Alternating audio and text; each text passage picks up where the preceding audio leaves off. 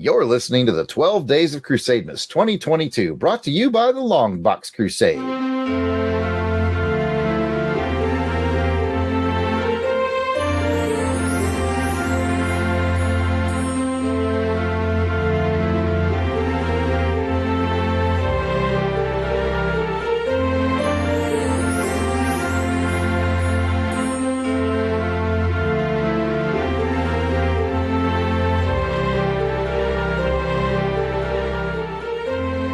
Nine uncles uncling.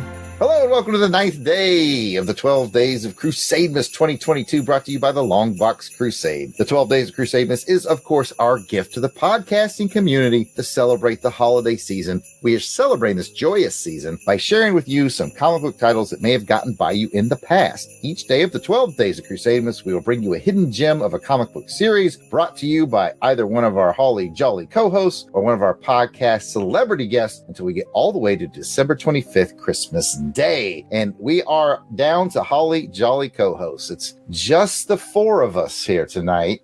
Wink. Might be a curveball in this episode. Who knows? Let's wait and find out.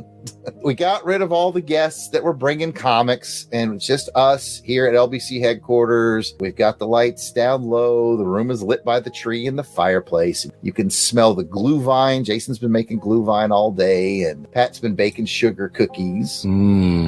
Yeah. Delvin, he's been making handmade chocolates right there in the kitchen. Smells terrific. And our other guests make, I guess, scones, or I don't know what they make over there. But we'll get to that guy. We'll get to that guy in a second.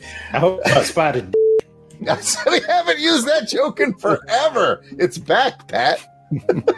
The bits, it's the cycle of bits. They just keep returning and returning. But let me officially introduce the Longbox team. But before I do, I don't want to let you guys down. I brought a Christmas joke again. So here is your Christmas joke for this episode. All right, so you got the Jones family Christmas tree, and across the street is the Smith family Christmas tree. And the Jones tree says to the Smith tree, he's like, isn't this a wonderful time of the year, man? Smith tree goes, man, I don't know what you're so excited about. Jones tree says, man, I mean, they put all this decoration on us. We're the center of attention. Kids love us. Smith tree's like, man, yeah, we're the center of attention for like a few weeks. And the next thing you know, we're thrown out on the side of the road. Jones tree goes, come on, man, lighten up. Is there more to this? No, that's the joke. Oh, because they're Christmas trees. You gotta lighten up. Let me introduce our co-host for this episode. Joining me are the three delicious smelling gingerbread men that you know and love. And we will start with Delvin, the Darkwood Williams. Welcome to day 9 of Crusademas. Thank you for having me, Jarrod. Merry Christmas. Merry Christmas, bud. And I'm going to go ahead and continue with my poem called The 12 Days of Crusademas. I don't know if you know this, I've been doing it each of the past 8 days. Yeah, go on. Let's hear it, Delvin. Yeah, let's hear it. Oh, wait, no one's going to stop me and say this is Pat Smith. This was an essential part of the joke. I want to see how prepared you were, how far you were willing to take. How committed you are to this joke. I was not committed at all. There was zero committal. Someone was supposed to say, wait, isn't that Pat's thing? And then I was going to be like, man, I guess I took too much of a hit off that corncob pipe, eh? And then you guys would have chuckled. That's all right. Hey, my joke didn't work either.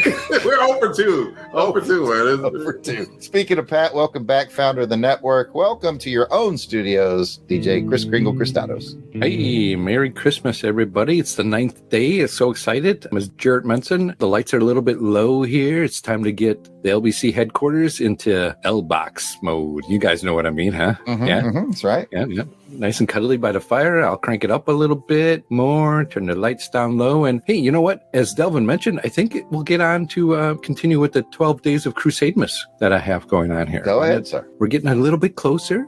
We're getting done. I mean, okay, if it's yours to do.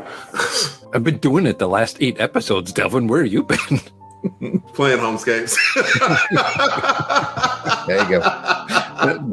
That's true. Yeah. Everybody get cozy by the fireplace, and let's go ahead and get a few more verses in the 12 Days of Crusademas. Here we go.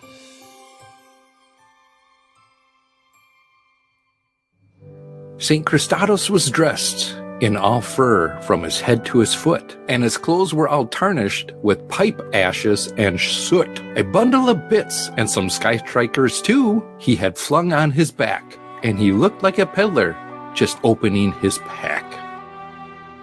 Oh, ever closer to the big day. Yes. Tune in for the finishing of that, everybody. Just in time for his internet to go full max headroom. Let's pass it to my brother, Jason, the Christmas Weasel. Welcome back, I think. Jason, are you there? Broadcasting live from the North Pole.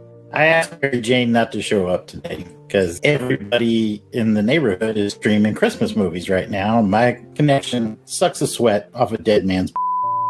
I'll edit that out later. Merry Christmas, and I got Mary Jane for our guest, yet to be introduced, but I'll just say it right now. What was it before you changed it? Well, all right. We got that out of the way. So he's waited so patiently through this enormous mound of bull. Alan Porter is joining us for the first time ever. We're going to have a special guest on just one of the last 4 days of Crusademas. So we brought Alan on here because there's just no way we can talk about this comic without bringing Alan's opinion into it. So welcome back to our festively decorated Longbox Crusade Studios, Alan. Merry Christmas, guys, and thank you for letting me join your seasonal celebrations once again, even though you didn't ask me to pick a comic this year. That's right. It's so very weird. We've never done this before. This is the first time, like, we have guests on, as you probably listened to, for the first 8 days, and then it's just the four of us for the last 4. We've never really had a guest, but, man, with all that we've been talking about over on the On Her Majesty's Secret Podcast Network, we've done a couple episodes working our way through the Man from U.N.C.L.E. TV series. Alan's huge fan, the biggest fan of Man from U.N.C.L.E. I know, so you guys heard me the sing. The comic kind of picked him, you would say. Yeah, it really did. So I was like, when I ran into Alan at Dragon Con, I was like, would you be interested in doing this weird thing where you just kind of come in and give your 2 cents? Because Alan also, correct me if I'm wrong, Alan, but I believe you've read every Man from U.N.C.L.E. comic book, period. I've read every American Man from U.N.C.L.E. comic book and probably 70% of the British ones. I'm still hunting down the few that I haven't read. So if he's done 70% of the British ones, that's, you know what, let's move on. I'm not doing that. Is that a European percentage or American? Yeah, that's a European 70%, yeah. Yeah, it has 3 decimal places instead of 2. Just gosh, we're definitely out. We are definitely out for that. So yeah, gift wrapped in the stocking I brought for me, as you heard in the singing intro today, is 9 Uncles Uncling, which means we're unwrapping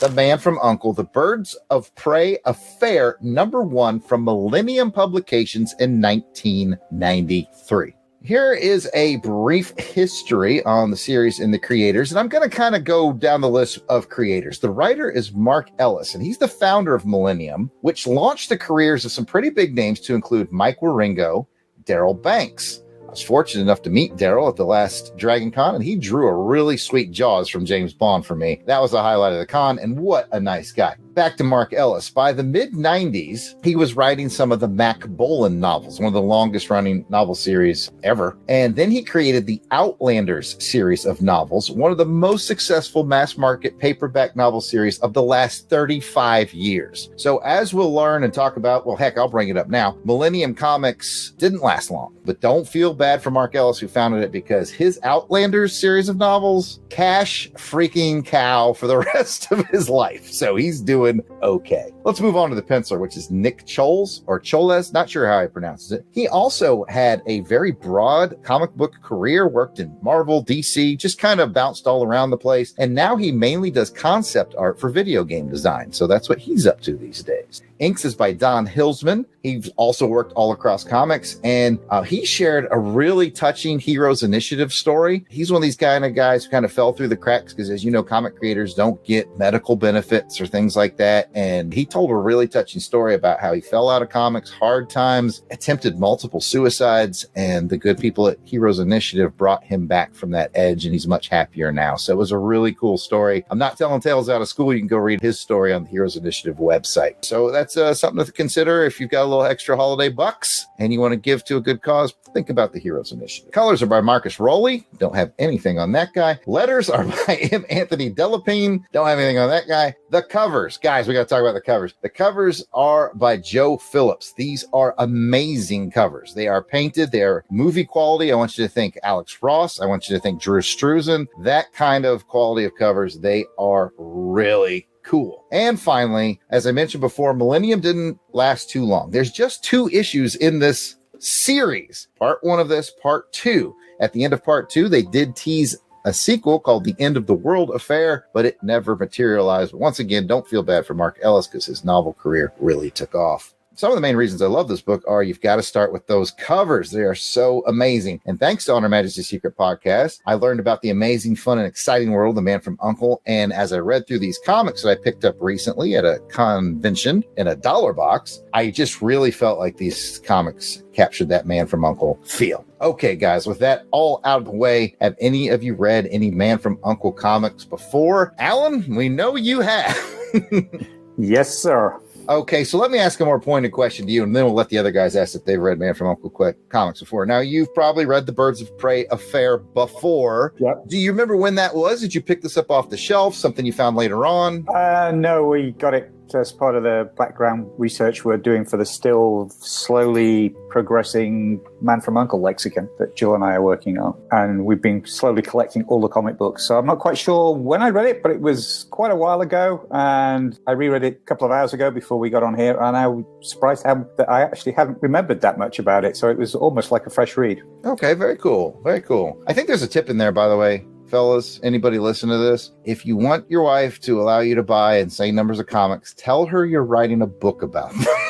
Okay, and tell her you'll put her name on the cover. There you go. Make her a part of it. Even better. It's all come together. All right, let me pass this around the horn. Anybody else read any Man from U.N.C.L.E. comics? Delve in the dark web. Pop, pop, hiss, hot thing. Felix Slider, Silver Hands, Coffee Black. I think I'm out. Pimp Destra. Pimp Destra. What about you, buddy? Have you read any Man from U.N.C.L.E. comics before in your life? No, I have not read any Man from U.N.C.L.E. comics. I checked out a magazine one time called Girl from Auntie, but I'd rather not talk about it. Fair enough. Going around the horn to Pat Sampson, DJ Chris Kringle, Chris Statos. Man from U.N.C.L.E. comics? No, I haven't read any Man from U.N.C.L.E. comics before, but while staying at Delvin's house, I did check out that other book that he mentioned. Move on, Jason. Jason. All right. We'll move on. Jason looks like he's got a good connection. Let's see what's up. Jason, Man from U.N.C.L.E. comics. Yes, you actually found one for me at Heroes Con a couple years ago and gave it to me. You may not remember. I clearly forgot. Was it from this series or was it an older one? No, it was. I can't remember who the publishing company was. I remember it was black and white, and it was pretty good. So I read one about 2 years ago that you found for me in a dollar box or less than a dollar box, knowing you, probably a quarter box. Probably a quarter box, yeah. 50-cent box if you were in a good mood. Hooray for me, everybody. Hooray for me. All right, let me do a quick summary of this particular issue. Again, it only went 2 issues. So if you're at all tantalized by this, listeners or guys here on the crew, just go ahead and get the second one and round out the story. It's pretty good. But I'm going to summarize just issue 1, and here we go. Before you do, can I ask a question? Of course. When you're done with that Girl from Auntie magazine, can you send it to me, Pat? Sure, yeah. No problem. Do you want the annual too with the other subscription, Delvin Scott? Look, it's not pronounced annual, and Jarrod should just go ahead and go. Well, you know me, Delvin. I can't read. I want the annual edition. I'm going to have to move on. I am so utterly proud and ashamed of this show. I am proud and ashamed of you. Go ahead.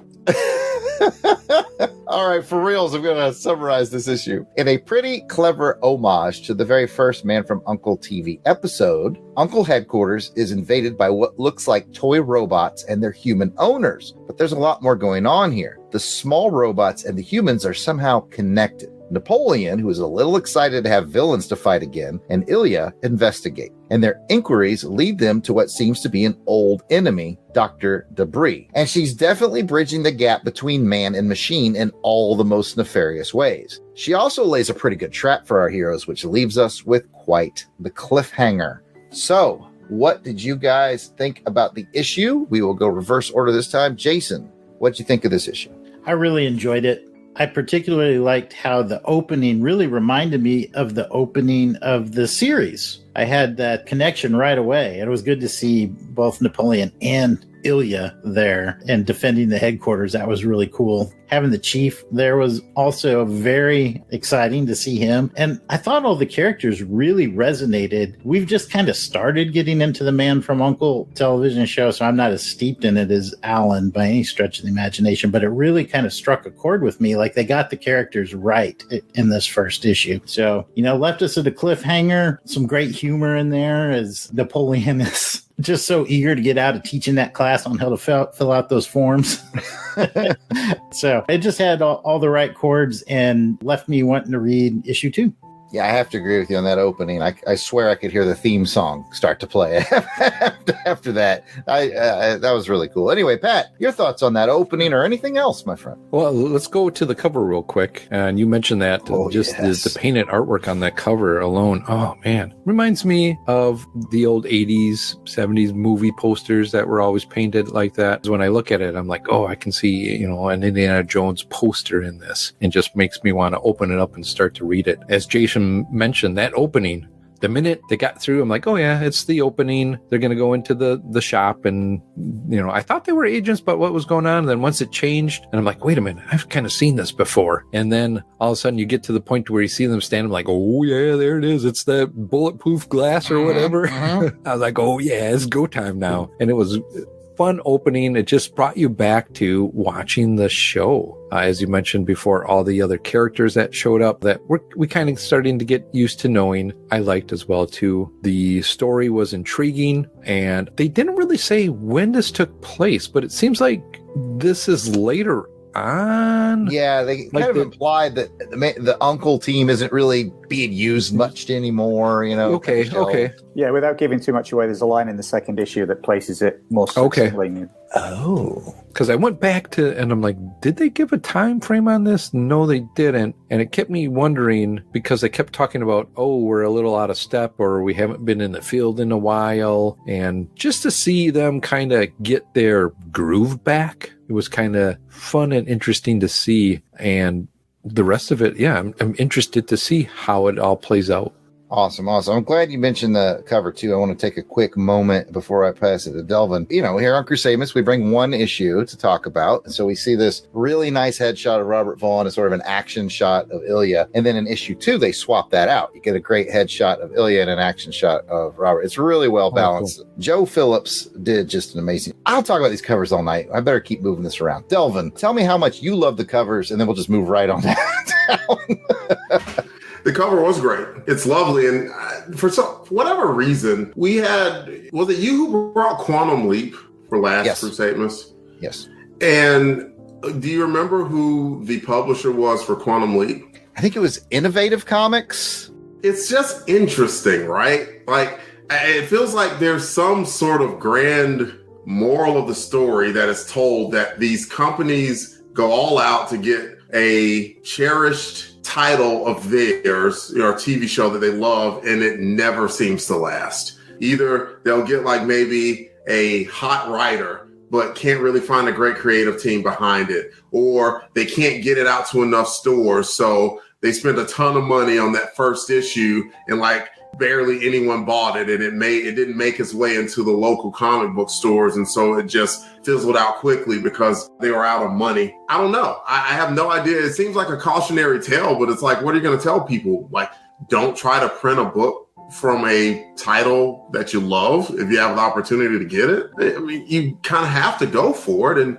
like Pat and Jason mentioned, I like the beats of the issue. I have not met Ilya yet in The Man from U.N.C.L.E. As of this recording, we have talked about 2 episodes of the Man from U.N.C.L.E. TV series from season 1. And I really do like Robert Vaughn playing Napoleon Solo. And I could definitely picture Napoleon Solo in this book. I could picture, how he sounded, that charm that he has. And it was kind of cool getting to know Ilya too, who clearly is very, very smart and capable. And it was definitely interesting to see them from a perspective of just being a little bit out of touch as far as that tactical side of being in the field. That was interesting too. And it certainly was interesting to see that the premise of this was that Uncle headquarters was broken into rather violently. And then there's this whole concept about transhumans that they introduced that was they're like, well, it's better living through science. We don't necessarily have an issue with it, but the way it's being executed just does not seem to be right. So there were some scientific implications in there too. And then all of this was just based off of what seemed to be a decades old grudge. So there's a lot of good things. And it was kind of reminiscent of 2 episodes of U.N.C.L.E. that we've seen so far. It was started off maybe slightly slow, a little bit exposition heavy, and then it just, as soon as like that main story hit and the action came in, it's like, wow, intriguing story. So I feel like I went on a lot, but I do have a lot of good things to say. Couched with, it's just tragic that it just seems like books like these are doomed to fail for whatever reason. And it can't be because of the popularity of the series, because the Man from U.N.C.L.E. was well received. I think the movies were well received. So why wouldn't the comic book be well received? Well, I guess Marvel or DC has to do it. You're right. Good connection between this and Quantum Leap and how we see it time after time. Like you said, if it's outside of Marvel or DC and it's a third-party property, don't fall in love with it. Basically, I think we got 12 or 13 issues of that Quantum Leap. And anyway, Alan, your thoughts on either the story or sort of that broader concept of properties and comics and how that works? I'll sort of pick up and delve just to give you a bit of background. This is actually the third Man from U.N.C.L.E. comic book series in the US. So the original one was with Gold Key when the show was out, and that ran for 20 issues. And then there was a series in I think it was the 80s by Entertainment Comics, and that, I think, which is the black and white one, Jason, that you said you got. I think that ran for 11 issues. And then this is 93. And then there was nothing after this. I mean, this is the last Man from U.N.C.L.E. comic that was ever done. And I think you're right. I think by 93, most people weren't really aware of the series. I think it was the small niche fans. It wasn't a general market thing. I will say in the early 2000s, around 2010, I was actually involved. The publisher I was working with at the time, who we did the James Bond history comics book with, they approached the license holders about doing a Man from U.N.C.L.E. comic, and I pitched a few stories for that. And just the terms of the licensing were insane, that it was just not a viable project to go forward with. Now, I don't need you to tell tales about school. No, I'm not going to. When you say terms of licensing, are we talking financials or like creative? It was a combination of financials, but the biggest stumbling block was what the license holders wanted in terms of owning the IP of the stories. I see. Which is a shame, because it would have been really fun to do. But for this story, if you don't know much about U.N.C.L.E., there's enough here, I think, to get you in and intrigued and know about it. But if you do know U.N.C.L.E., there are so many really deep cuts in this. Mark Ellis really knows his U.N.C.L.E. history. I had a feeling that there was deep cuts. It's like almost every page, he's like, oh, there's a reference to this, there's a reference to that. I mean, the thing with the robots, there is a story, without giving too much away, because we'll get to it at some point, but there is an episode that actually starts off with a guy out the front selling mechanical wind-up toy robots. Cool. And they've taken that. But even down to, I don't know if you noticed it, but when they walk in, throwing the coat over the TV screen, which was right out of the first episode. Mm-hmm. Yeah. And as you said, that the lead in, which is almost identical to the Vulcan affair, but instead of it just being Napoleon Solo behind the screen, you got both of them. I thought that was very, very cool. You're right. Dr. Debris is from the TV show. She's actually from the last episode of the first season. And the figure that you see on the computer screen, Egret, she's actually a character from the show too. And there's also references to some of the novels, the way that they talk about Thrush as being the hierarchy. That's what the older Thrush agents, the original Thrush agents termed it, and that comes right out of the novels. So there's a lot of really deep cuts in here if you know your Man from U.N.C.L.E. history or you're geeky like me. I enjoyed the story. I thought it was a great story. It was a great updating of that really powerful opening from the first episode. I like we're moving beyond androids and cybernetics and stuff. The whole genetic engineering side of it was really fascinating. I also enjoyed it. Like I said, I sort of did a second read through doing the geeky, mapping all the call outs that were in it. So yeah, really enjoyed it. So thank you for bringing this back to my attention, because like I say, it's sat in a comic box since I last read it, which must be, 6-7 years ago, I think now. It was almost like a completely fresh read today. really enjoyed it. I also want to give a shout out to the layouts. The layouts reminded me very much of sort of a Neil Adams style of storytelling as well. Yes. So the production values on this are great. I don't know whether, to Delvin's point, was they sank so much money into the high quality of these two issues that they just couldn't do the follow-up, which is a real shame, because particularly compared to the black and white run, these are so much better quality. Awesome. I'm glad you brought those insights. I'm glad we invited you out. All right. Well, that's some cool insights. That's the whole reason we brought Alan in for this episode. If anybody out there listening knows where the heck the originals are for these cover arts, let me know. I'd probably spend a ridiculous amount of money on these to put in my art collection. These are so fantastic. Anyways, it is now time to rate your interest in the series. And don't get too interested because there's only one more. One more issue. But hey, let's do some candy canes ratings. So we're going to use the official Crusademas candy cane scale on a scale of 1 to 12 candy canes, 12 being extremely interested and 1 being no interest at all. How many candy canes would you rate your interest in this series? Our script says in pursuing more issues of this title and pursuing the second and final issue of this title. Jason. All right, humor, 3 candy canes. I laughed out loud in a couple places. I really like the repartee between Ilya and Napoleon. I hope it's like that in the show. I suspect it probably is. Heart, 3. It's Man from U.N.C.L.E, so it's getting all 3 for Heart. Spectacle, I'm going to give that one a 2. I think it was, like Delvin said, a little exposition heavy in there, but enough excitement to keep me flipping the pages. And art, we've talked about it, 3. I mean, between that cover and the layouts that Alan mentioned, just utter perfection. So that gives me a total of 11. And of course, because you brought such enthusiasm to it, and I've only got one more issue to read, found it. And so that'll bring me to 11 candy canes. I'll take the 11 candy canes. That's awesome. All right, let's go to Delvin. 10. 10 sounds like a good number for Man from U.N.C.L.E. I was entertained. That was a cliffhanger. That's why I'm like, how are they going to get out of that? I don't know. Couldn't think of anything. She was like, this is all the toxic waste in every radioactive chemical ever. So technically her spilling it, they're already dead. So I'm like, interesting. It was an intriguing cliffhanger. Good story. Wasn't crazy about the art, but I could ignore the art because everything else in it was very, very, very good. Excellent.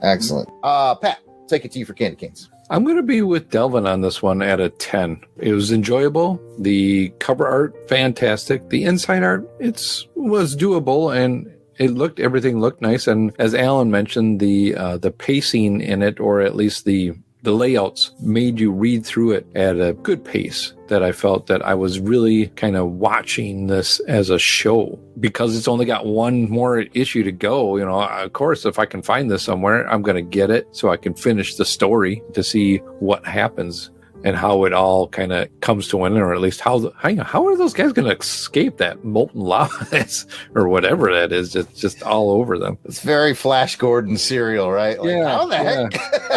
Yeah, it's like, it's like, are they going to get out of this one? What's going to happen here? And no, funny story, on the first panel of issue 2, they die, and then the rest of it's just their funeral and the wake.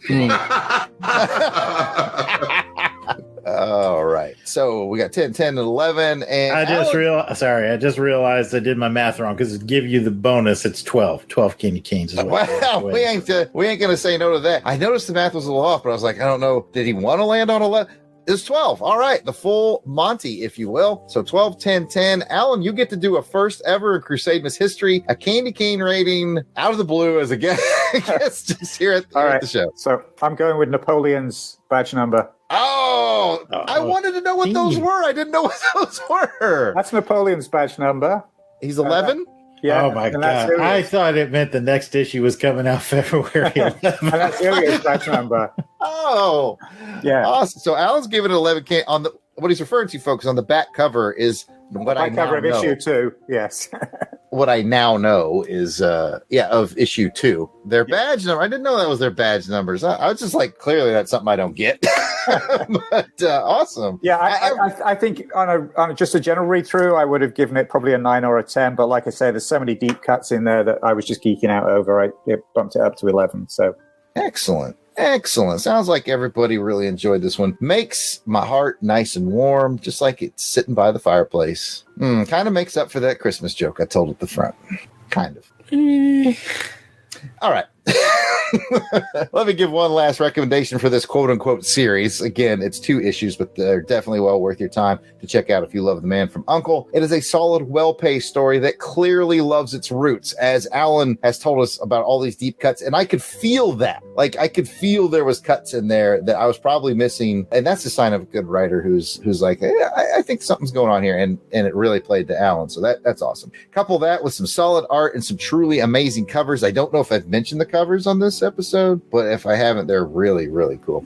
And with that, guys, that's going to wrap up the 9th day of the 12 Days of Crusademas. We'd love to hear from you if you're familiar with any of the comics that we cover here on the show, or if you want to give one of our recommendations a try, let us know what you think about it. Try these Man from U.N.C.L.E. comics. They're not expensive. There's only 2 of them. If this has tantalized you at all, check them out. It's not really a big time demand either, as Delvin would say. And you can tell us about it a couple different ways. You can hit us up on Twitter, Facebook, Instagram, or YouTube. It is all at Longbox Crusade. You can email us at contact@longboxcrusade.com. Or, of course, you can leave us a voicemail, 707-532-5269. That is 707-532-LBOX. Pick up the phone. Nice.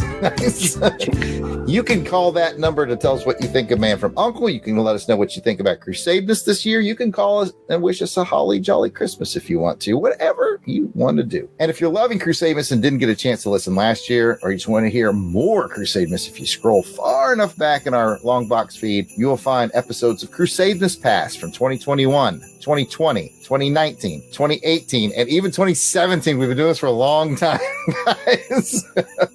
All right. Thanks for listening, everybody. Be sure to come back tomorrow to find out what the next gift is from under the tree here at the festively decorated Longbox Crusade Studios. I hope everyone is having a happy, healthy holiday season. And until next time, DJ Cristados, play me a sweet, sweet Christmas jam. Wiggity, wiggity, wiggity, wiggity, whack.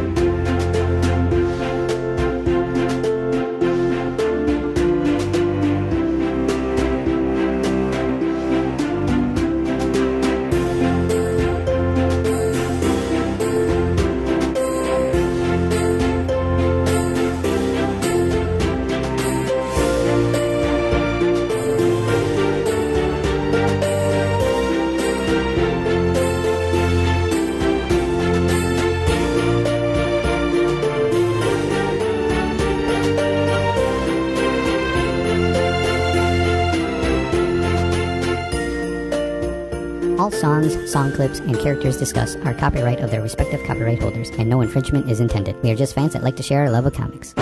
Outtakes. 9 uncles unclean, which sounds a little creepy. And his clothes were all tarnished with pipe ashes and shoot.